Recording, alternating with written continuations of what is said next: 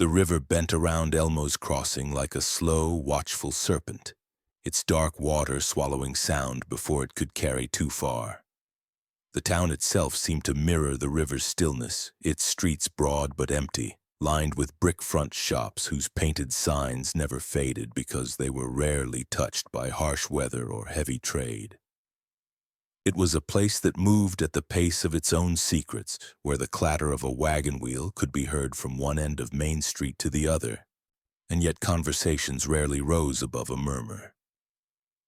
Outsiders who came through often left puzzled by the strange quiet, as though the air itself discouraged laughter or argument. It was here, at the northern edge of the settlement, where St. Elmo's Hospital stood. The single grand gesture in an otherwise modest town. The building was an expanse of whitewashed wood and brick wings with a steepled roof that caught the light like a church spire. Inside, the air smelled sharply of camphor and lye, the kind of clean that burned the back of the throat. Floors gleamed from constant polishing, brass fixtures shone without a fingerprint in sight, and even the footsteps of nurses in their stiff white aprons seemed to fall in an exact, muted rhythm. For the people of Elmo's Crossing, the hospital was proof they had a place in the modern age. They spoke of it with a certain pride, calling it the finest medical house in the state, though few had actually stepped inside. Most had no reason to. Illness was rare here, and when it did strike, it was met with the quiet efficiency of St. Elmo's staff, who removed the patient to the hospital without delay or public fuss. Those who returned home spoke vaguely of kind care and restful rooms, their words strangely measured, as if recalling a dream. Those who did not return were said to have been too far gone, claimed by fever or consumption or some rare wasting ailment no one could quite describe. No funerals were ever held in the hospital chapel, and no grieving families were seen leaving its front steps. Yet no one in town seemed to find this strange. There was, in Elmo's Crossing, an unspoken agreement not to press too closely into certain matters, and St. Elmo's lay squarely in that shadow. At night, when the river mist rolled in and the lamps burned low in the hospital's upper windows, the building seemed less a place of healing than a sentinel keeping watch over the town. It loomed there in the darkness, every shutter closed tight, every wall unyielding, holding within it something that the people, whether by choice or instinct, preferred not to name. Whatever lay behind those white walls, it had been kept there for years, and the silence it inspired was as much a part of Elmo's Crossing as the river itself. Dr. Nathaniel Harrow arrived in Elmo's Crossing on a cool spring morning, stepping off the riverboat with a leather case in one hand and a walking stick in the other, the perfect image of refinement. He was young for a chief physician, his hair neatly parted, his jaw clean-shaven, his voice steady and low, never hurried. The town received him with cautious admiration, noting his polished manners and the faint scent of lavender that seemed to follow him. Within weeks of taking charge of St. Elmo's Hospital, Harrow set about improving efficiency, reorganizing wards, rewriting treatment protocols, and quietly removing any staff he deemed unsuitable. He kept his office immaculate, every paper aligned to the edge of the desk, every instrument polished to a surgical gleam, yet his gaze, when it settled on a person, lingered a fraction too long, as if measuring them for something more than a cure. He insisted that certain patients, the most afflicted as he called them, be housed in the south wing where no visitors were permitted, claiming it was necessary to prevent the spread of contagion. Those denied entry were given polite but final refusals, accompanied by reassurances that their loved ones were receiving refined cures, not yet ready for the public eye. Harrow never explained these cures in detail, speaking only of balancing the body and aligning the internal design. His rounds were always solitary in the south wing, no nurse or orderly permitted to assist him, and when he emerged, his coat was spotless, his expression calm, though the faintest shadow of exertion clung to him like an afterimage. patients under his care rarely improved enough to be discharged. Instead, they seemed to fade from conversation altogether, their names absent from public records and their personal belongings quietly removed from the hospital's storage. Harrow kept meticulous logs of every case, but instead of the usual charts and symptoms, his entries were filled with diagrams, geometric patterns inked in black, their lines so precise they seemed almost mechanical. When questioned, he explained that the diagrams were merely his way of mapping recovery, though the shapes often grew more intricate as the patient's condition declined. In town, he was a figure of trust, attending Sunday service without fail, offering free consultations to the poor and never raising his voice. Mothers sent their children to greet him on the street, and businessmen sought his advice on matters of health. Yet there was a quiet unease that followed him, a subtle awareness, unspoken, that Harrow's kindness was something exact, measured, as though every gesture had been rehearsed. He never seemed tired, never seemed hurried, and never seemed surprised by illness, no matter how sudden. In the dim hours before dawn, those who lived near the hospital claimed to hear faint rhythmic sounds from the south wing. Not the chaos of a medical emergency, but the steady beat of something deliberate, like the measured ticking of a clock in a closed room. Harrow's reign over St. Elmo's was one of order and polish, but beneath the whitewashed walls a different order ruled. One built not on healing, but on the silent, unseen execution of his private design. The south wing of St. Elmo's Hospital was unlike any other part of the building. Its entrance stood at the farthest end of the main corridor, framed by a heavy oak door banded in black iron. The wood was darker than the rest, worn smooth in the center as if touched often, though no one admitted to laying a hand on it. There was no window to offer a glimpse inside, only a small brass plate engraved with the word isolation. The hallway leading to it was dim even in daylight, the windows set high and narrow, allowing only thin strips of sunlight to reach the floor. Nurses walked past quickly, their eyes lowered as though afraid the door might notice them. Officially, this was the ward for the most contagious cases.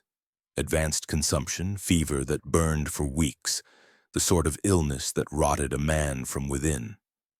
But in a town where outbreaks never spread beyond a single house, the need for such a ward seemed unlikely. The truth was simpler and far more disturbing. Once admitted to the south wing, no patient was ever seen again. Not in recovery, not in a coffin, not at all. Only Dr. Harrow held the keys. He unlocked the wing each morning at precisely 6 a.m., disappearing inside with his leather case, and locked it again before stepping out for midday rounds elsewhere. No nurse ever entered with him, and when asked why, he explained that their safety was paramount, that they lacked the training for such delicate procedures. Some believed him. Others noticed how the handles on the door were polished smooth, yet the hinges bore faint streaks of rust, as if dampness leaked from within. At night, when the rest of the hospital quieted to the occasional cough or clink of glass, faint noises would rise from behind the door. Not the chaotic sounds of suffering, but patterns. A muffled series of thuds spaced evenly apart. A low hum, rising and falling with a rhythm too precise to be accidental. Sometimes a scrape, like metal drawn over stone. One winter evening, a junior orderly named Matthew Flynn lingered longer than he should have near the door. He was stacking wood in the nearby stoveroom when he heard something that rooted him in place. A voice, faint but clear, counting slowly upward. The numbers were spoken with an eerie calm, each followed by a pause, then a sharp, wet sound that made his stomach twist. The counting reached 24 before silence fell, broken only by the faint squeak of a hinge somewhere deep inside the wing. When Flynn told a senior nurse, she warned him in a tone that left no doubt it was a threat as much as advice. Forget what you heard, or find yourself sent to the south wing yourself. By spring, the wing had acquired a reputation even among the staff, though no one admitted it openly. Supplies delivered there, basins, linen, surgical instruments, were never returned. Harrow ordered replacements without explanation, and no one questioned the expense. On rare occasions, a shadow would flicker past the gap at the bottom of the door when someone walked by.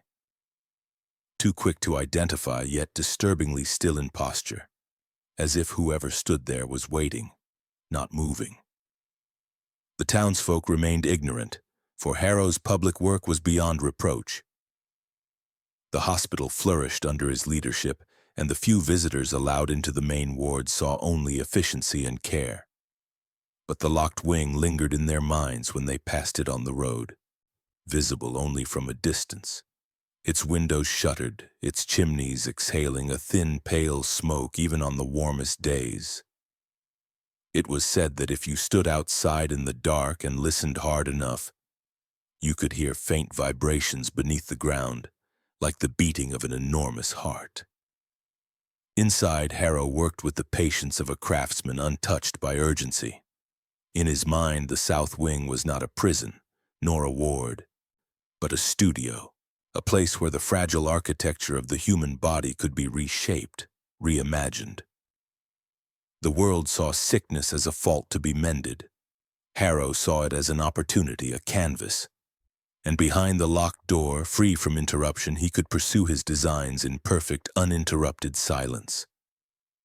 Eliza Dane was 17, small-boned and quick with her hands, the sort of girl who could carry a stack of bed linens higher than her head without dropping a corner. She worked in the hospital laundry, a low, brick-walled room near the boiler house, where the air was always heavy with steam and the smell of lye.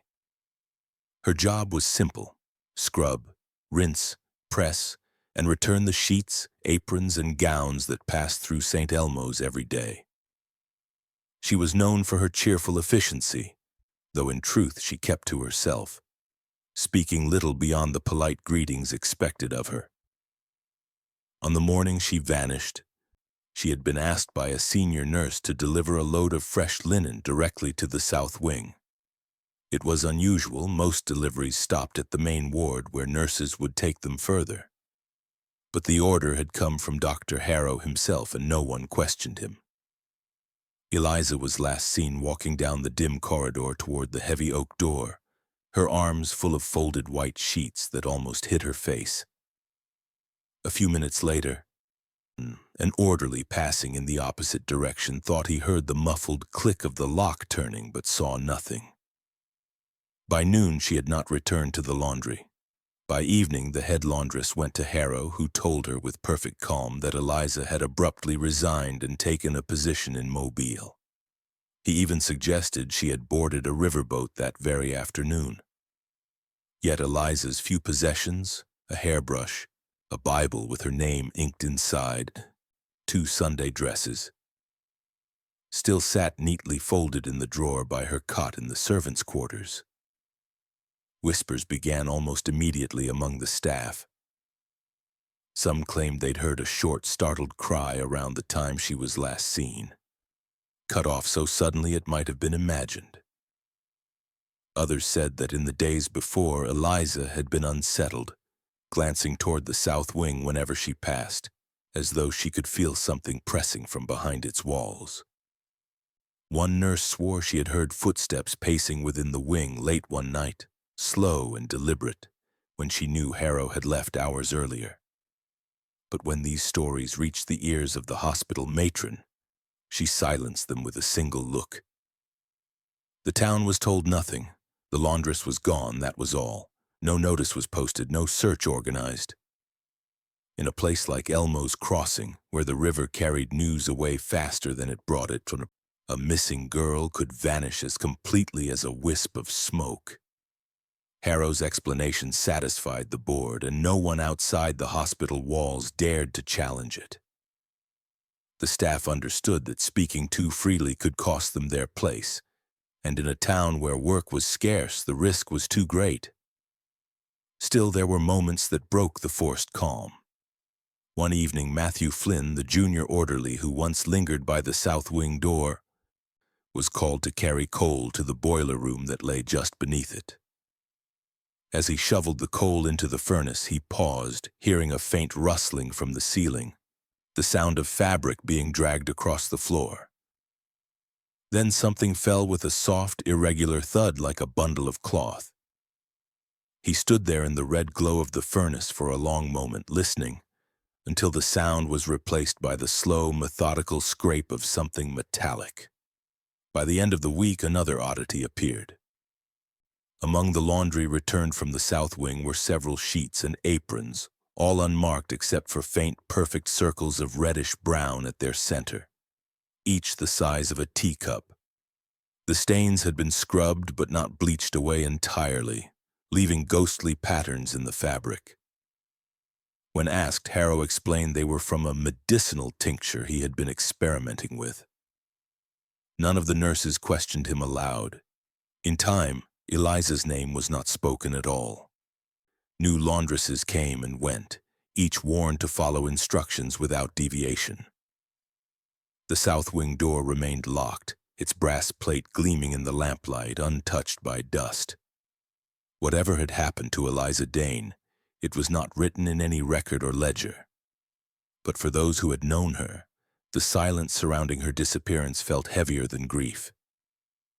It was the kind of silence that belonged to the hospital itself, a silence that kept its secrets neatly folded away, like sheets stacked in the dark, waiting for the next set of hands to carry them through the door.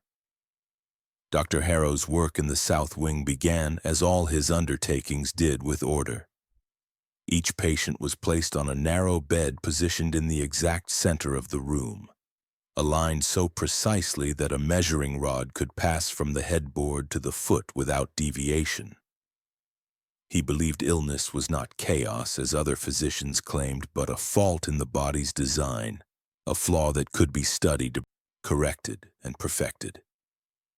His journals from that period, later found hidden beneath a false floorboard, revealed a philosophy that blurred the line between medicine and architecture. The human form, he wrote, is a structure. Structures must be symmetrical to remain whole. Illness is the misalignment of the body's geometry. To restore health, one must restore symmetry. To restore symmetry, one must create balance in suffering. His methods were as exact as his logic was deranged. He began by inflicting injury to one side of the body, then reproducing the exact wound on the opposite side. Not crudely, but with a craftsman's precision. If a patient's left leg bore a cut 3 inches long, beginning 1 inch below the knee, the right leg would soon carry its twin. Broken bones were set not to heal but to mirror fractures already present elsewhere. Harrow kept sketches of each alteration, noting the depth, angle, and coloration, as though these details revealed the patient's true condition. The procedures were carried out over days, sometimes weeks, with intervals of rest to keep the patient alive until the symmetry was complete. But symmetry was only the beginning. Harrow's obsession deepened into a fascination with what he called reflective resilience, the body's ability to endure pain when it was distributed equally. He experimented with temperature, scalding one arm with boiling water while submerging the other in ice, timing the moment the patient began to shiver or faint. He believed the equilibrium of agony revealed the soul's tolerance, a phrase he never explained but underlined heavily in his notes. To the patients, the treatments were a kind of living nightmare. They awoke each day to find their injuries doubled, their bodies slowly transformed into grotesque mirrors of themselves. Harrow's voice was calm throughout, his touch steady as though guiding them through an inevitable process. He fed them carefully measured meals, enough to keep their hearts strong for what he considered the final stage, a stillness he likened to architectural completion. It was during this period that the hospital's linen deliveries increased sharply. Sheets were replaced daily in the south wing, not because they were soiled beyond use, but because Harrow insisted on a clean canvas each morning. The stained ones were burned in the boiler furnace, the ash carried away in small, sealed tins. No staff handled them but Harrow himself. When a patient finally died, Harrow did not rush to have the body removed. Instead, he kept it in place for hours, sometimes overnight, observing what he described in his journal as the collapse of symmetry into void. He measured the cooling of the limbs, the settling of the features, and in some cases, reopened wounds to compare the rate at which each side drained of color. The corpses were then taken away by a pair of trusted orderlies, who moved under his direction and never spoke of their work. Outside the south wing, Harrow remained the model physician. His main wards were run with efficiency, his diagnoses and common ailments swift and effective. But those who glimpsed the diagrams in his ledger, the clean lines and mirrored shapes that replaced words like fever or infection, sensed there was no cure in them. They were not medical charts. They were blueprints. Each death another step in some unspoken construction only Harrow could see. In the quiet hours after his work, Harrow would stand in the center of an empty treatment room, the smell of camphor still sharp in the air, and imagine the human body stripped of its flaws. He believed he was close, that the perfect form could be drawn not in ink, but in flesh. And until he found it, the doors of the south wing would remain locked, the silence within broken only by the measured metronomic rhythm of suffering brought into balance. The ledger was kept in a plain leather cover, unremarkable at first glance, stored in the locked bottom drawer of Harrow's desk. It contained no names, no diagnoses, no mention of the fevers, coughs, or injuries that usually filled a physician's records. Instead, each page bore a date, a patient number, and a single hand-drawn diagram. The earliest entries were simple: circles, squares, a few symmetrical lines intersecting at perfect angles. But as the months passed, the shapes grew more elaborate, evolving into intricate geometric patterns. Interlocking hexagons, mirrored spirals, lattices so precise they could have been carved by machine. There were 107 entries in total, each diagram unique, yet bound by an eerie sense of order, as if they were pieces of a greater design only Harrow understood.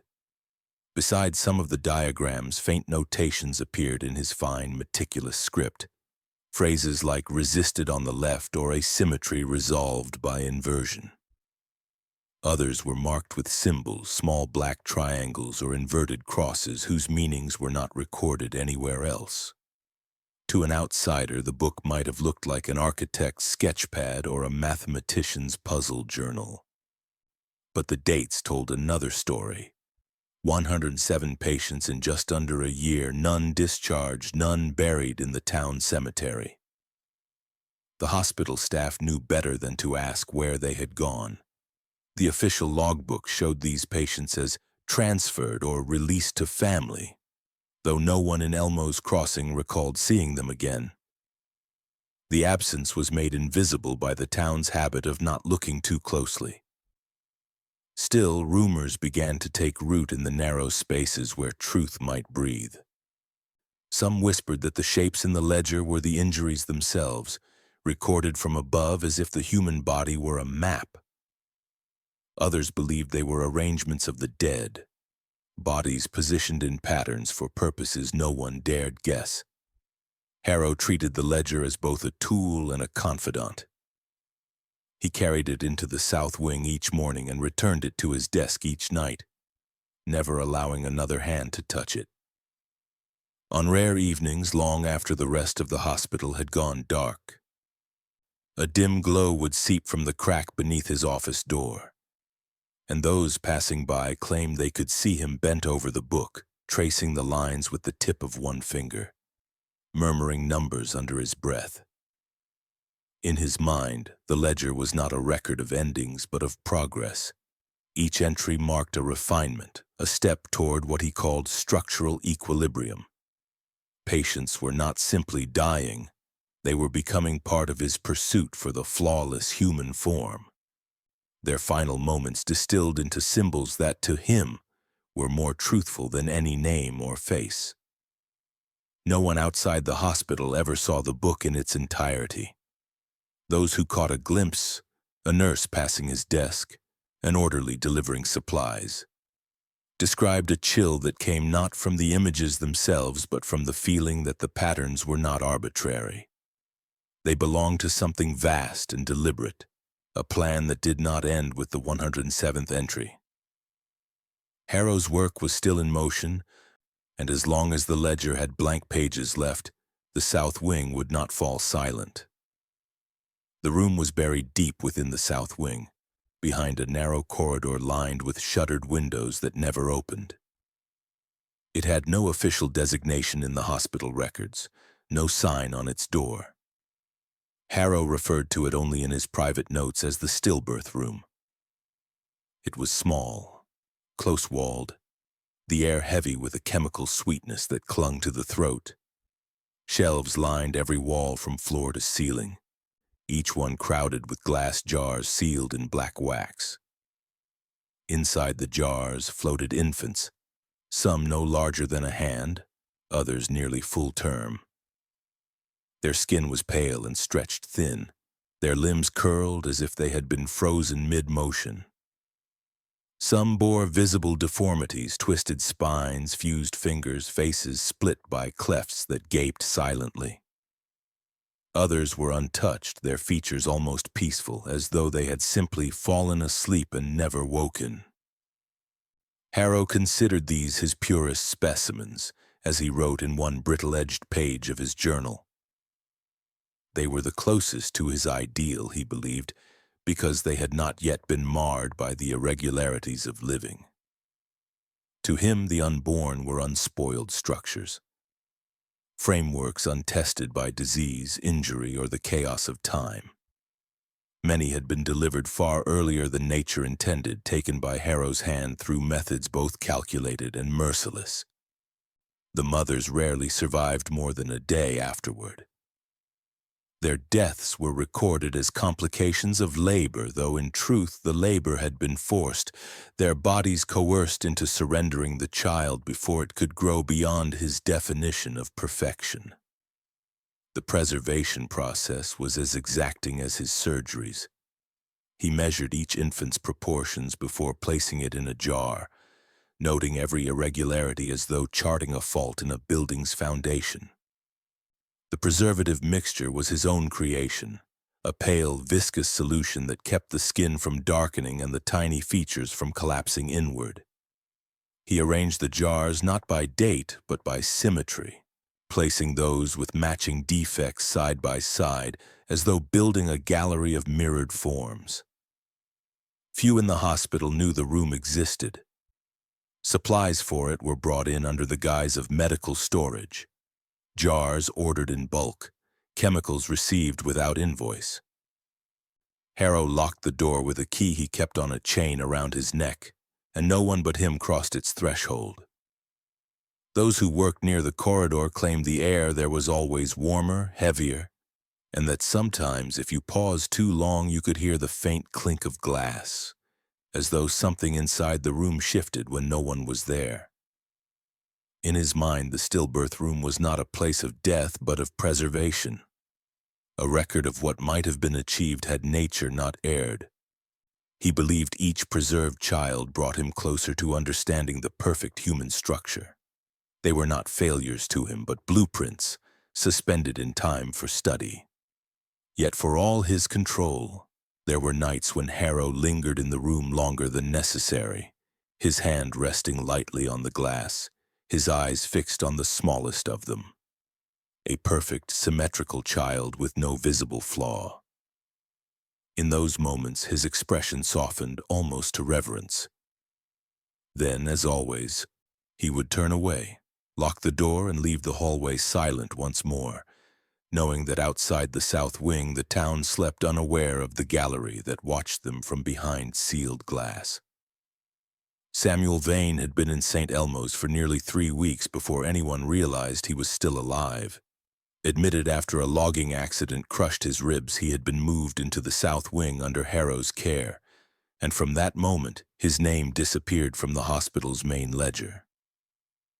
The injury alone might not have been fatal, but in Harrow's hands, recovery was never the goal. Samuel was young, strong, and too stubborn to die quickly, qualities that made him, in Harrow's mind, a valuable subject for endurance. The South Wing rooms were small, each one bare but for a bed bolted to the floor, a basin and a single high vent where air drifted in from the rest of the hospital. It was through this vent that Samuel's voice first reached the outer wards. A night nurse named Agnes Cleary had been restocking bandages in a storage room when she heard a faint tapping above her head, followed by a whisper that made her freeze. The voice was hoarse but urgent, begging her not to leave. Over the nights that followed, she returned, kneeling beneath the vent to catch his words as he described what was happening behind the locked doors. Samuel spoke of treatments that bore no resemblance to medicine. He told her how Harrow began each session by inverting his body, strapping his legs into a frame that held him upside down until the pressure in his skull made his vision pulse black. Boiling water would then be dripped slowly into one ear while the other was filled with crushed ice, the sensations alternating until he lost all sense of where pain began. He described how Harrow measured his breathing, placing a hand flat against his chest, and would pause the procedure if Samuel began to faint, not out of mercy but to prolong the experiment. The worst was the balancing. Samuel explained how Harrow used suffocation in timed intervals, pressing a cloth over his face for exactly 7 seconds, releasing for 3 and repeating the cycle until Samuel's limbs began to convulse. Harrow would record each reaction in a small notebook, murmuring numbers under his breath like a man conducting a metronome. "It's not about curing," Samuel whispered one night, his voice breaking. "It's about matching. He wants the pain to be even. Perfect." Agnes asked if there were others, and Samuel told her there were at least 5 more in nearby rooms. He could hear them at night. Some crying softly, others too weak to make a sound. Sometimes the cries would stop mid-breath and never return. When a patient was gone, Harrow would visit Samuel's room carrying something heavy wrapped in cloth, and Samuel would hear the door to the far end of the corridor unlock. The air afterward always smelled faintly of camphor and something metallic. Agnes tried to convince a fellow nurse to listen, but fear made them turn away. She was warned by the matron without a word of explanation to stay out of the South Wing's affairs if she wished to keep her post. Still, she returned to the vent, scribbling Samuel's words into a hidden notebook. Each night his voice grew weaker, his pauses longer. He told her he was starting to forget the days, that the patterns of pain were blurring into one endless stretch of time. The last night she heard him, his whisper was barely audible. He said Harrow had spent the afternoon making careful marks on both of his arms, then left without explaining. Samuel believed it meant the end was near. "If I don't make it," he rasped, "don't let him keep the book." Agnes asked what book, but the sound that followed was not an answer, only a wet, dragging cough, and then the scrape of a door hinge somewhere beyond the wall. The next night the vent was silent. Harrow's footsteps, however, echoed down the corridor long past midnight, steady and unhurried, as though nothing had changed at all. In Elmo's crossing, the truth rarely traveled faster than the river. The town elders had long understood that the hospital's quiet success was a source of pride and profit. Visitors came from other counties to marvel at its size, its polished corridors, its reputation for modern care. Wealthy benefactors sent donations, believing St. Elmo's to be a beacon of Southern medical progress. Harrow's reports to the board were models of efficiency. Charts of lowered mortality rates in the main wards, lists of successful recoveries, projections of future expansion. The South Wing was never mentioned by name, referred to only as special containment, and the board accepted the term without question. But not everyone in town could ignore what was missing. Families whose loved ones had entered the hospital and never returned began to murmur their unease. A carpenter's wife swore her husband had been admitted for a minor leg wound, only for Harrow to tell her he'd died suddenly of complications. She was not permitted to see the body, nor given a burial. A merchant's daughter told of her cousin, a seamstress, who had been taken in for exhaustion and vanished entirely from conversation. These stories should have sparked outrage, but each time they surfaced, they were smothered beneath the weight of polite denial. When a grieving family, through the parents of a young man named Elias Hart, petitioned the sheriff to open an investigation, they were met with a practiced calm. The sheriff assured them it was dangerous to interfere with medical quarantine and warned that even speaking too publicly about the matter could lead to charges of inciting unrest. He had grown up in Elmo's Crossing, sat in the same pews as the hospital board, and he knew that questioning Harrow meant questioning the town's one true source of prestige. The Hart family returned home in silence, their grief folded in on itself like an old letter. Harrow, meanwhile, faced no obstacles. His influence reached far beyond the hospital walls. He dined at the mayor's table once a month, offered free consultations to the wealthy, and made charitable donations in the hospital's name to the church. His manner was so composed, so unwaveringly courteous, that to doubt him felt almost indecent. To the townspeople, his steady gaze and quiet voice carried an authority they could not, or would not, challenge. Still, the South Wing's shadow crept into private thoughts. The night watchman claimed he sometimes saw a faint glow under its door long after Harrow had supposedly retired for the evening. A local boy, delivering coal to the hospital's boiler room, told his mother he'd heard a strange humming coming from the pipes, a sound that rose and fell in a rhythm like breathing. She hushed him before the words could spread. The town had learned over years to preserve its own comfort by turning away from what it feared might be true. As spring deepened, more patients disappeared into the South Wing. The official story was always the same. Sudden decline, discreet transfer, release to distant family. But the truth, though never spoken, was felt.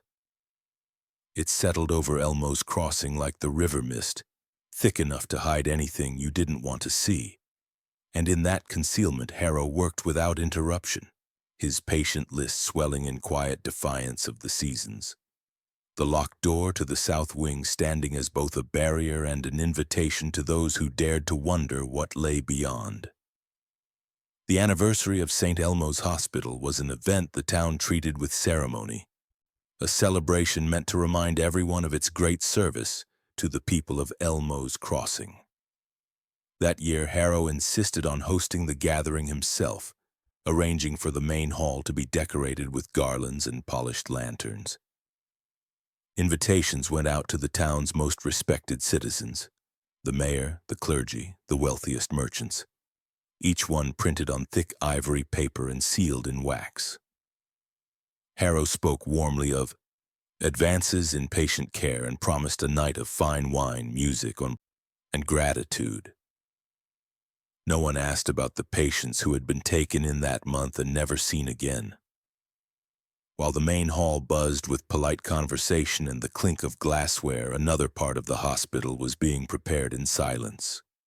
The South Wing's windows, normally shuttered, were uncovered just enough for the faint glow of lantern light to be seen from the outside. But the glass panes were not clear. Each one had been fitted with red-stained panels, so the light that spilled through was the deep, unnatural shade of fresh blood. From the road, it looked almost like a series of slow-moving furnaces glowing against the night. Inside, the long treatment room had been transformed into something that was not quite surgical, not quite ceremonial. Narrow tables stood in two perfect rows, each one bearing a patient bound at the wrists and ankles. They were arranged in exact alignment, heads turned in the same direction, feet angled precisely, as though measured with a ruler. The air was sharp with the mingled scents of camphor, alcohol, and the faint copper tang of blood. Harrow moved among them without haste, adjusting the position of a limb here, a head there, until each body matched the one across from it in flawless symmetry. He worked to a rhythm that was almost musical. The scrape of a metal stand being moved, the hiss of a lantern wick, the dull thud of a heartbeat muffled under layers of pain. Outside, the guests raised their glasses to toast his leadership, their laughter rising over the faintest sound that leaked from the south wing. Not screams exactly, but measured cries, rising and falling in unison like the swell and release of a tide. Those who happened to glance toward the red-lit windows assumed it was some harmless ward activity, perhaps part of Harrow's refined treatments. The precision of his cruelty was almost art. He timed each act so that the entire row of patients reacted together. A ripple of gasps, a chorus of choked breaths. To Harrow, the display was not only an experiment but a demonstration, a private proof of how far his control could reach. Each face was slack with exhaustion, yet their bodies obeyed the symmetry he demanded. Even in their pain, they mirrored one another perfectly. By the time the last toast was made in the main hall, the red glow from the south wing had begun to dim. Lanterns snuffed one by one until the windows went dark. The guests departed into the cool night, their minds full of wine and polite conversation, utterly unaware that they had been dining within yards of a ritual that had nothing to do with healing. Harrow remained in the south wing long after midnight, walking slowly between the tables, committing each symmetrical arrangement to memory before the stillness claimed it entirely. For him, the anniversary had been a triumph. Not for the hospital, but for the quiet, unseen perfection he believed only he could create. The fire began in the boiler room just after dusk, a low, smoldering heat that went unnoticed until the smell of scorched wood drifted through the hospital's lower corridors. By the time the alarm was raised, smoke had begun to coil upward through the vents, curling into the south wing where Harrow was midway through another session. Witnesses later recalled seeing him emerge briefly into the main hall, speaking calmly to an orderly before disappearing back toward the locked door with his keys still in hand. The chaos of evacuation drew the staff away from their usual duties. Patients from the main wards were rushed outside into the cool night, coughing into handkerchiefs as the smoke thickened. In the confusion, the heavy oak door to the south wing was forced open, whether by a panicked orderly or a desperate patient. No one could say. Those who entered expecting to find bedridden invalids were met instead by a scene so deliberate, so composed in its horror that several turned away immediately, gagging. The long central room was filled with bodies, not scattered in disorder, but arranged in perfect concentric circles, each one lying with limbs aligned and faces turned outward.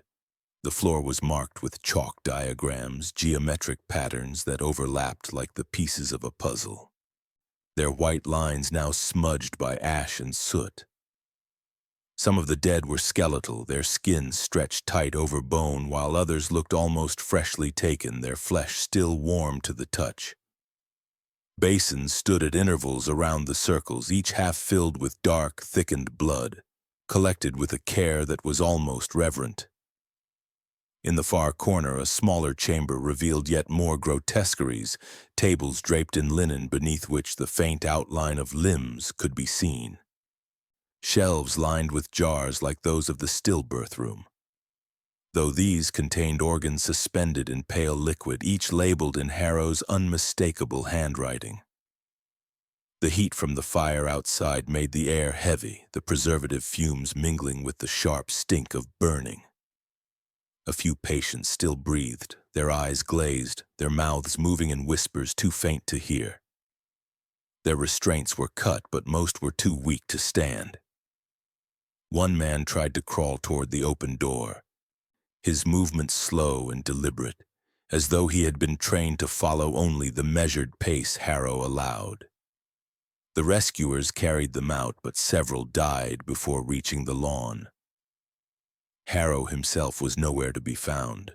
Some claimed they saw a tall figure moving through the smoke near the rear exit, his coat flaring like wings as he vanished into the trees beyond the riverbank. Others insisted he had simply dissolved into the chaos, slipping past the townsfolk who had gathered to watch the fire consume the building. By the time the flames were brought under control, the south wing was a blackened shell, its walls still standing but hollowed out.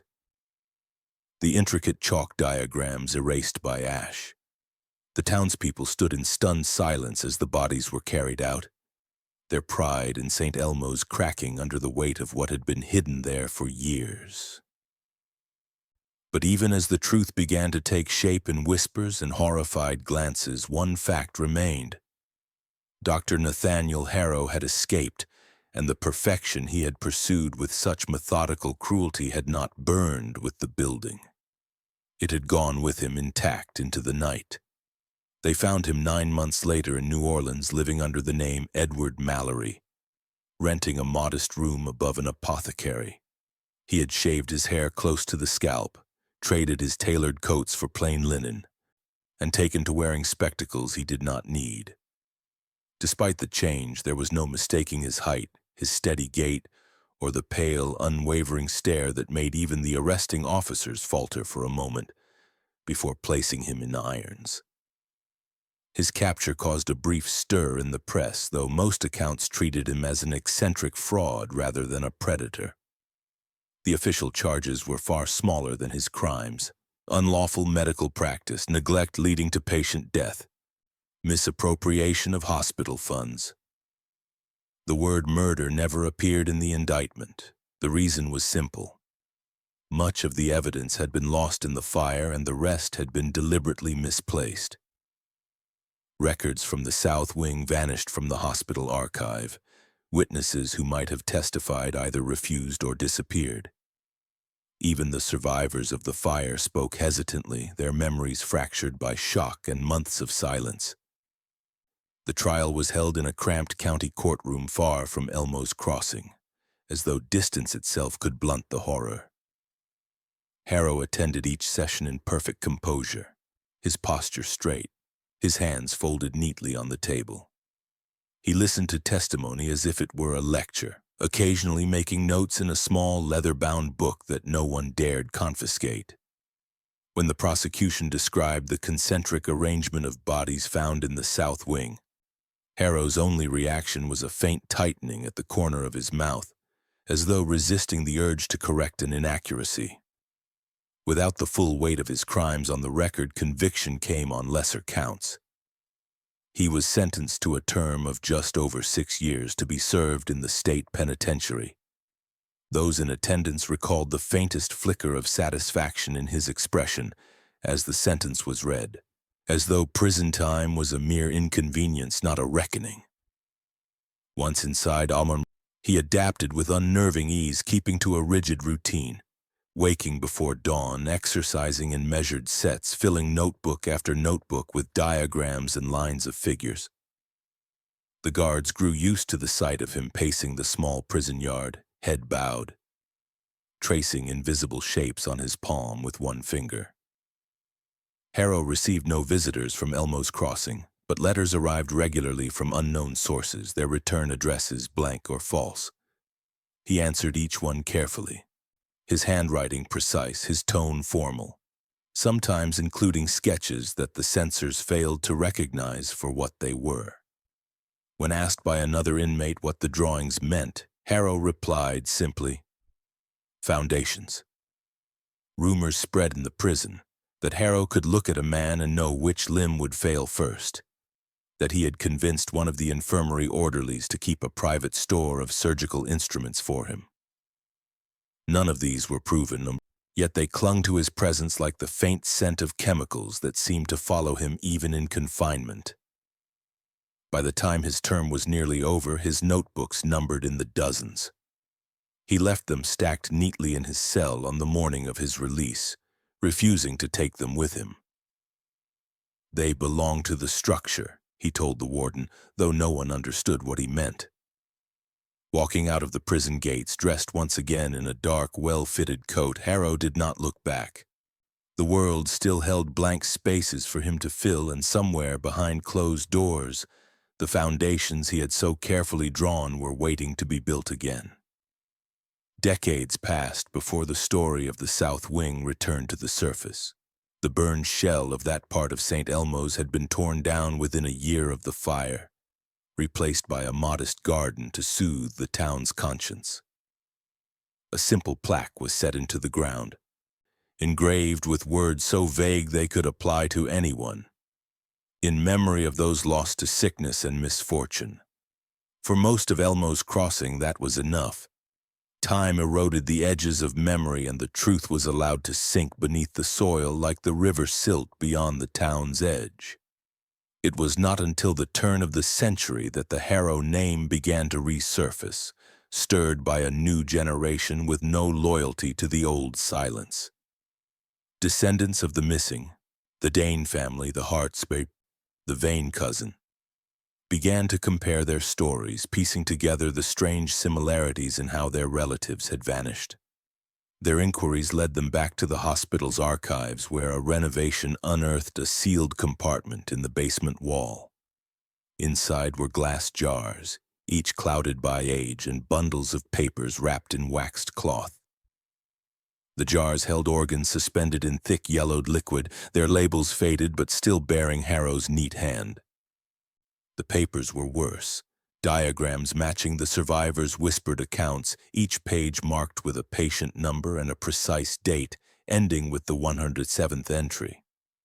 The discovery made its way into regional papers, igniting outrage in places that had never heard of Elmo's crossing. Families demanded that the remains be buried with proper rites.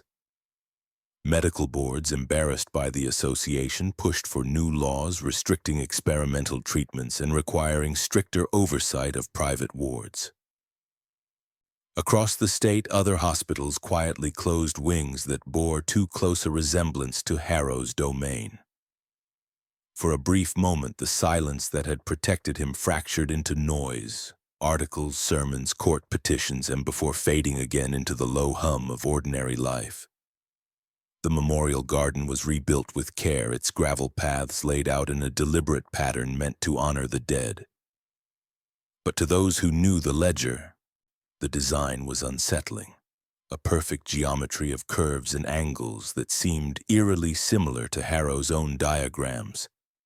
Whether this was an act of ignorance or a final unspoken acknowledgement of what had been done there, no one could agree. At its center stood a stone marker carved with the number 107. The last surviving nurse who had worked under Harrow, Agnes Cleary, was invited to speak at the dedication. Her voice shook as she told the gathered crowd that evil rarely announced itself in the way people expected. "It doesn't shout," she said. "It measures, it plans, and it waits for the rest of us to stop looking." When she stepped down from the podium, she refused to walk the gravel paths, keeping instead to the grass until she was beyond the gates. In the final narration, the camera would linger on the marker and the pattern of the paths before drawing back to the quiet streets of Elmo's crossing. The voice would ask, calm but unyielding, "How many evils live quietly behind doors we never open? And if they opened again tomorrow, would we even dare to look inside?" Then, after a pause heavy enough to press on the chest, "What do you think? Could this happen again?"